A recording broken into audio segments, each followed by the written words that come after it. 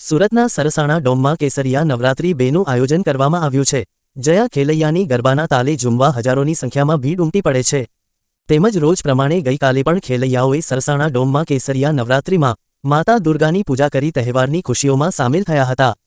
આ તહેવારનો ઉદ્દેશ સમાજમાં એકતાનો સંદેશ ફેલાવવાનો અને આપણી સમૃદ્ધ સંસ્કૃતિને ઉજાગર કરવાનો છે। હવે આપણે એક નજર નાખીશું ખેલૈયાઓના આનંદ અને ઉત્સાહ પર।